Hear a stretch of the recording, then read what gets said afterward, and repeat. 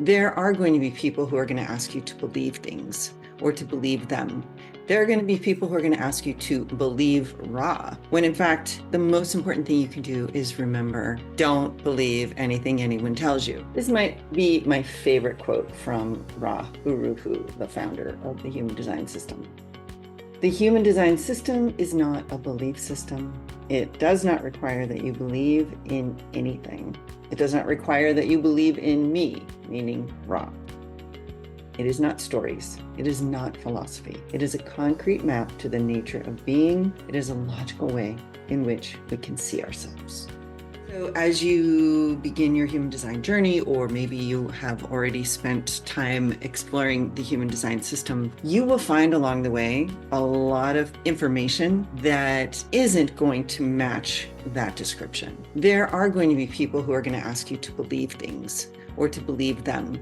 There are going to be people who are going to ask you to believe Ra, when in fact, the most important thing you can do is remember, don't believe anything anyone tells you, not even me. The value, the huge value of human design is that it is a functional map.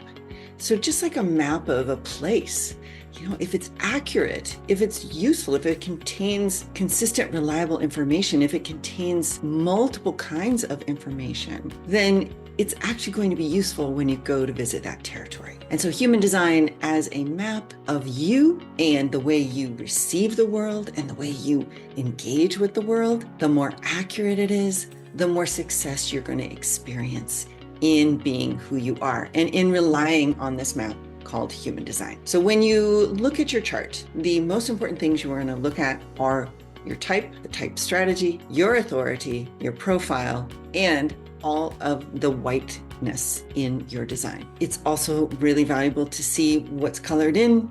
However, I recommend start looking at the whiteness first. Learn what's there, what it means, and how it's influencing you. All right, so let's start with type. You're either going to have a type called a manifestor, a generator, projector, or a reflector. Now, generators have subcategories. There can be a pure manifesting generator. There can be a generator with manifesting capacity. And then there is what's called a pure generator. Likewise, there are 3 subcategories for projectors. There's the classic projector, the mental projector, and the energy projector. So regardless of those subcategories, you are always going to come back to that one of those main 4 types in terms of understanding yourself, understanding the correct way that you're here to allow the world to come into you or not, and the way you are here to engage with the world and be who you are and express yourself. And that's because your type is actually a label that describes the quality and kind and extent of definition in your chart. So when you look at your chart, you'll see those 9 centers. And when you look at those shapes, some of them will be white, some of them will be colored in. For the rare person, all of them will be colored in. For the other end of the spectrum, that rare person, none of them will be colored in.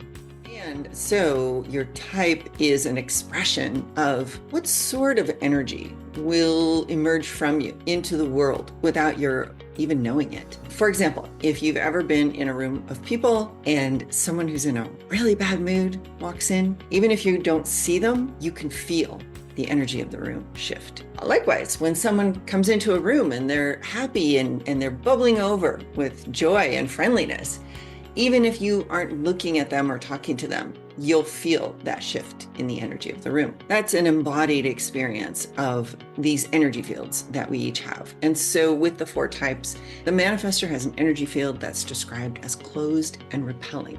And we've been taught to perhaps think that those are very negative words. Let's set those judgments aside and just explore what that quality of being closed and repelling means and how it actually serves the being of the manifestor. The manifestor's aura pushes outward, and in doing so, it creates a repelling field because it's repelling the other auras, the auras of the other people around it. And so it's closed, it's also repelling.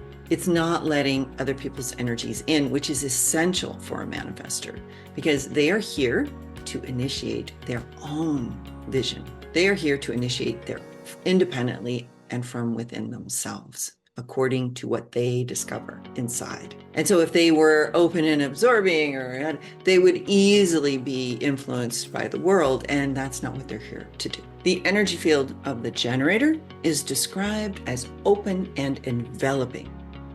So just imagine this sort of sphere of energy that's emanating out, but also completely open, so anything can come in at any time. For the projector, the energy field is described as being focused and absorbing. You can imagine kind of a laser beam of energy coming out and focusing in on and absorbing the energy of whoever it's focused on. And so that structure of the aura affects how the projector receives the world and how they engage with it, how they send their energy out into the world. And then we have the reflector. Now, the reflector is described as having an energy field that is sampling and resistant. So the phrase Teflon aura will often be used to sort of describe that their aura, nothing's necessarily going to stick. However, they do have the ability to sample and take in small bits, enough to serve the function and purpose of the design of a reflector. Now, this energy field, which in human design they call an aura, emerges from what sort of definition you have in your body graph. So do you have centers colored in? Do you have no centers colored in? For example, the reflector will have no centers colored in. And despite that seeming to make them completely open and vulnerable to the world, what it does instead is create this resistant and sampling aura. It also creates a dynamic where they are much more guided and influenced by the external program, the external transits of life, as opposed to any one individual that's right in front of them. The manifestor, that closed repelling aura, that results from them having no definition in their sacral center, but they will have some definition from one of the motor centers to the throat, and it will either be directly to the throat or it will wind its way through indirectly. But one of those motor centers will be connected and be able to get its energy to the throat, but without the sacral center being consistently, reliably activated. So there is a unique quality of power that comes with that, a unique quality of being able to manifest that comes with that is very different from the generator, because the generator aura is the direct result of the defined sacral center. Whenever the sacral center is defined, that makes that person's design the design of a generator.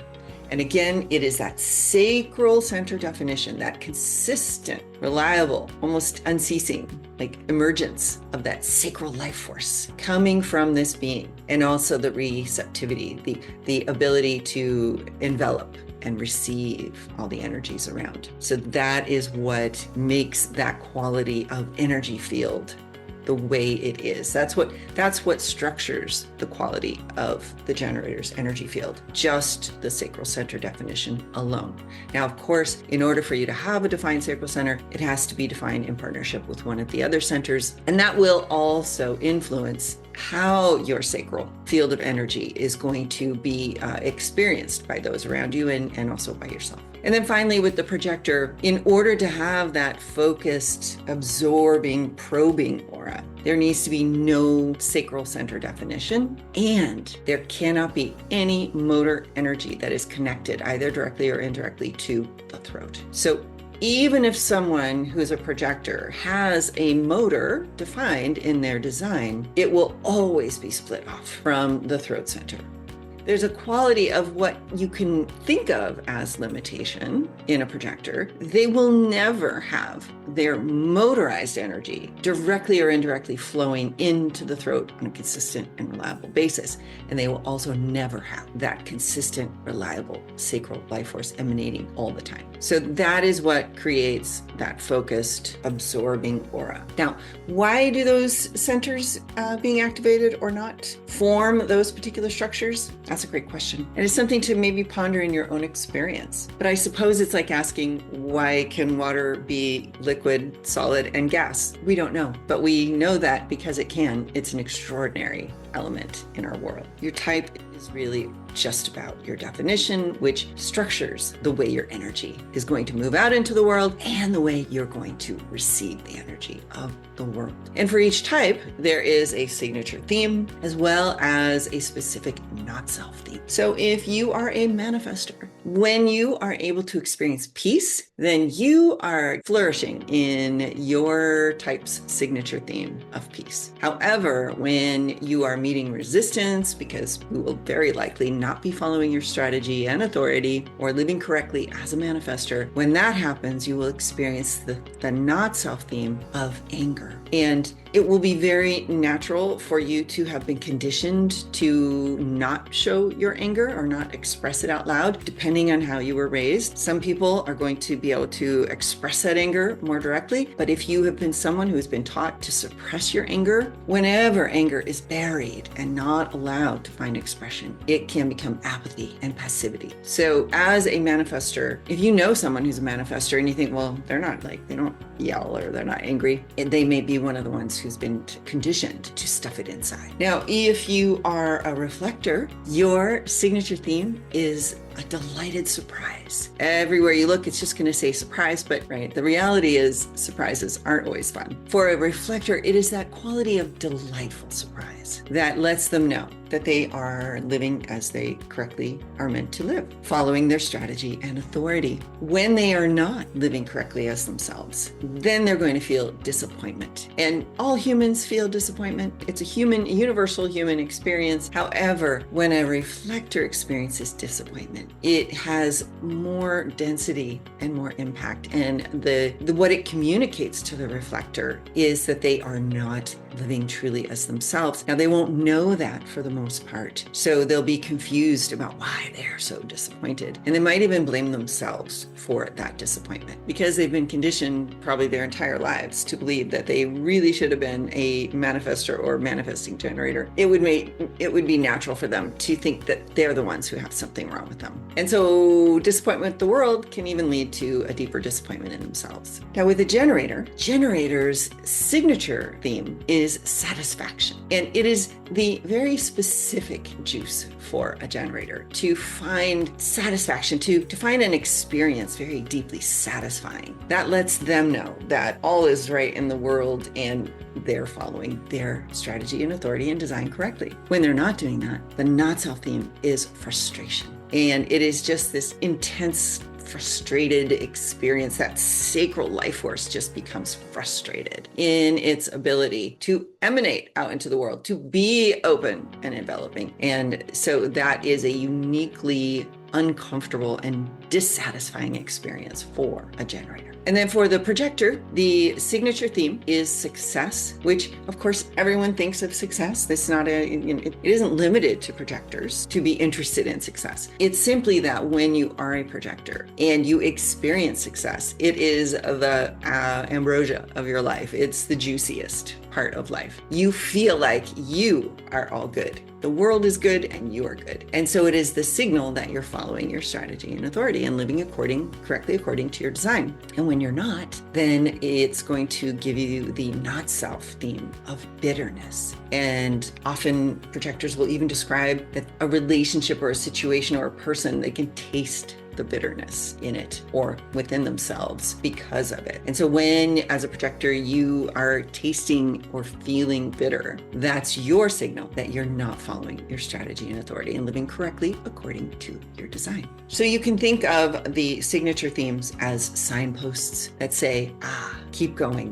What you're doing is working. And you can think of those not self themes as signposts as well. They're just the less pleasant ones. They're the painful ones, the uncomfortable ones, but they are information as well, and valuable information at that, because they stop you, hopefully they pull you up short so you can look at, where am I making my decisions from? How am I not living correctly according to my unique constellation of design elements? So when you feel your signature theme, when you feel your not self theme, both are information. One is the keep going. This is good. It's the green light. And the other one is the yellow and the red light. The not self theme is like at least a yellow light, but sometimes a full on red light. Learn to recognize those two signals in your life. Learn what they look like to you, how they feel to you, what you've done when you've experienced either of those, how you have lived, or what choices you've made when you've experienced either of those. Start to track your own journey with those two signposts. So each type also has what's called a strategy. And this is a way of engaging with life, with the world, that is going to be most harmonic with your particular energy field and the definition and flow and consistency and lack of consistency in you. So for the manifestor, your strategy is described as to inform. Now, this is because manifestors are here to initiate in a way that's going to create an impact. So you are here to have something arise within you, just simply purely from within you, not in response to anything out in the world, but just you wake up and you know this is the impact you're here to make. And you're ready to make that impact. You're ready to take whatever actions are going to create that impact for you. The strategy of informing is not particularly like a biological strategy or an internal strategy in that sense. What it is an intelligence that you can develop about your own manifestor nature. The more often you understand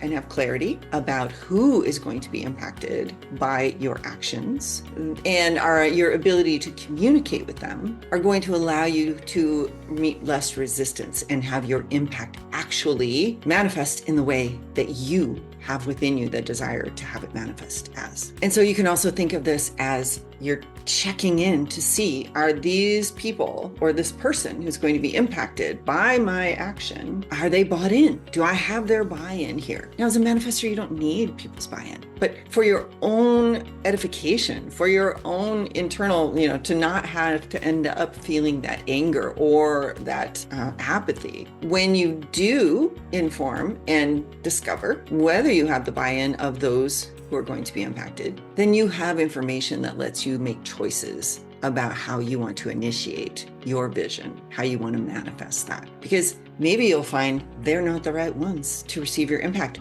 Or when they appear to understand the impact you want to make and say, wow, this is great. How can we support that? Then when you initiate and create your impact, it's really going to land with beautiful potential and power, right? So then you, as the manifestor, can really rest in the peace, knowing that your impact landed the way that you wanted it to. So your strategy is designed to support you in meeting less resistance and fulfilling your destiny as a manifestor. And that's true for all the types. So let's look at the reflector. Your strategy is to wait through the lunar cycle. Depending on where you are in life and in your human design journey, that can sound really crazy. Wait for the lunar cycle. Why? Is this like werewolves or what? No, what this is that because the reflector has no centers defined, as the moon moves through each of the gates throughout a month, 28 and a half days basically, it's going to light up different elements of your design. So you have one gate here. When the moon brings the other gate, suddenly you're going to experience the energy and life force of the two centers on the opposite ends, as well as the quantum energy of that channel. It's going to be very brief. I think it's 8 to 10 hours each time the moon goes through a gate. So this isn't going to be anything that's going to feel permanent or you're going to be able to spend a lot of time in. So this is why for the reflector, to be able to look at those lunar activations, see where your centers become lit up through that moon's movement through each of the gates within a month, you can start to notice what energies are you experiencing in your body. Because one day you're going to have a manifesting channel lit up perhaps, and suddenly you're going to feel the energy to make an impact, right? But 10 hours later, you might have a projected channel activated. And in that case, what you're feeling inside you will need to be recognized and invited. Or maybe you're going to have a generator channel activated at a certain time during that month, and suddenly you're going to have loads of energy to just do. So the reflector, who appears to have no design at all, or no fixed definition at all, has what's more accurately described as a fluid, moving definition. And when you can watch the moon activate the different elements of your design over the course of the moon cycle, and you do this often enough as a reflector, then you begin to understand your own inner tides. Right? The moon moves the oceans of the earth, creating the tides. Well, you can think of it in the same way with you. That moon is moving a tide here, and it's bringing energy to these two centers, or it's moving the tide, the ocean over here, and the tide comes in here, and that's where you're going to experience the energy of those two centers. And it is this tidal force that is going to reveal to you all of the qualities of your design, but you experience them over time rather than someone who has it set and it's there all the time. So it can feel very limiting for reflectors. However, it's very simple to start following the moon's movement through your gates and to watch these transits and to learn to understand, what do those channels and those gates, what kind of energy do they bring to me? And as you begin to take in and learn these unique and beautiful aspects of yourself, then you can begin to understand how to employ your strategy of waiting for the lunar cycle. And it's also really only for large life decisions, right? You're not going to wait a lunar cycle to decide what to have for breakfast. You don't need that. This is, am I going to enter this career? Am I going to buy this house? Am I going to marry this person, right? Whatever it may be, the big decisions in life are going to be much more going to give you that sense of delighted surprise when you have allowed the different parts of you to be fully present to your conscious awareness, so that you can observe the entire ecosystem, really, of your life and your place in it. And when it's not the big life decisions, the key for reflectors is to look around and see, are you being respected? Are you receiving respect? And if you are, then you'll know that you're in the right environment, and therefore you will be with the right people. And if you're not being respected or feeling respect, then that is an indication that you may have ended up in the wrong environment and you're with the wrong people. And so you can start to consult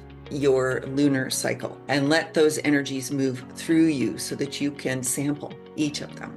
In that way, you can construct a big picture view of what comes next for you. So now, when you're a generator, your strategy is to wait to respond, which I think, honestly, the word wait is just so imprecise.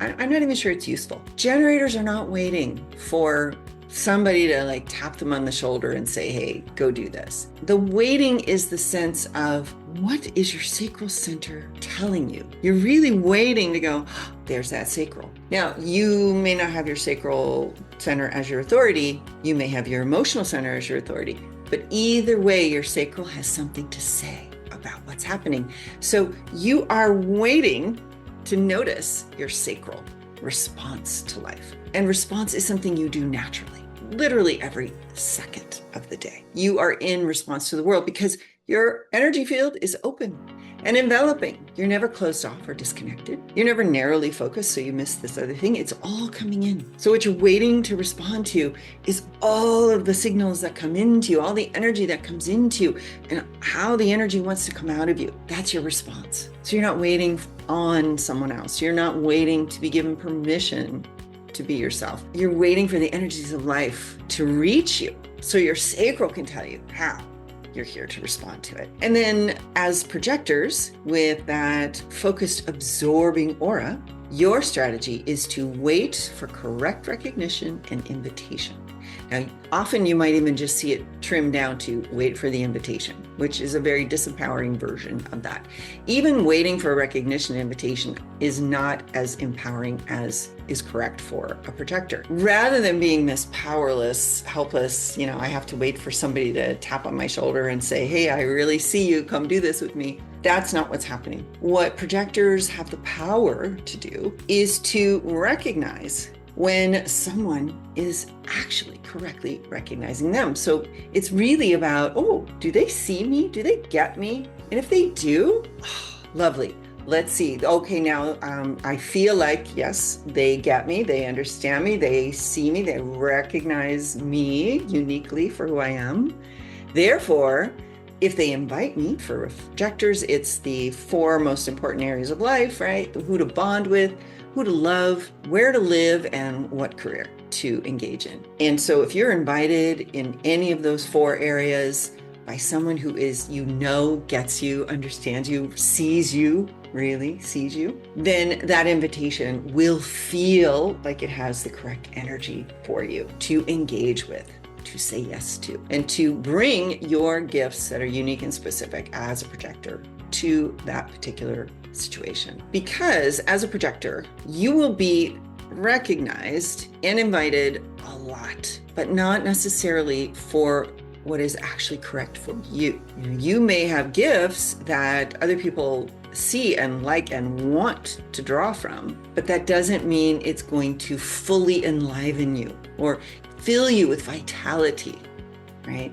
And so it's your job as a projector and your privilege, really, to be able to say no to any kind of recognition and invitation that don't really fill you up with life force. And when you learn how to do that, then you will find yourself experiencing bitterness less and less and less. And the other thing that's really important for projectors to learn is that even if an invitation feels very correct because you've been fully recognized for all the things that are really about who you are, all invitations are time bound. So an invitation can change or end, frankly, at any moment. And that might sound very like risky or scary or destabilizing, or why can't things be more, trustworthy?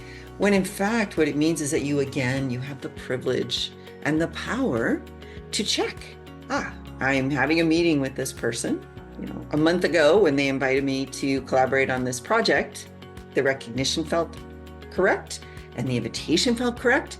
My life force energy was enlivened. It was all a yes. And at each step along the way, you can check to see, do I still feel correctly recognized? Do I still feel correctly invited? Am I still feeling that vitality and enlivenment filling me up? Because that's the quality of success. Or am I starting to experience bitterness? So even when you said yes to an invitation, because at that time, all signs pointed to yes, it's essential to learn that you must continue to check in with yourself and that you have the right and the responsibility to communicate when an invitation is no longer correct, or when the conditions of the invitation, if they've shifted slightly, you get to communicate about that shift with the person that you are engaged with. And if they're happy to course correct to something that is correct for you, great. If they're not, if they really want to keep going in the direction that is less and less correct for you, then it is your place and your job and your privilege and your power to tell them that it's no longer a good fit for you. And you get to take your gifts elsewhere. Because projectors are here to be advisors who can guide. We are not sacral beings who are in response to life and have that just relentless life force energy coming out of that sacral center. Boom, boom, boom, boom, boom.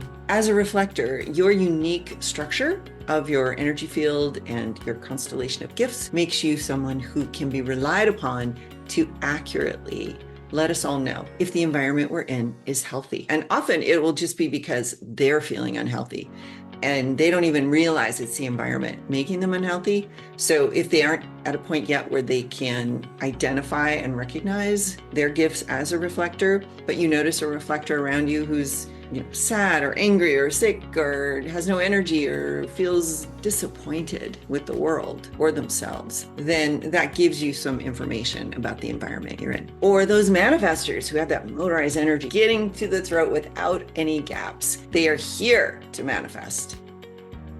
Now, with this new understanding of your type and the types of those around you, give yourself permission to be exactly who you are. Not who others have told you that you should be, so you can experience the fulfillment, the meaning, and the happiness that you're meant to.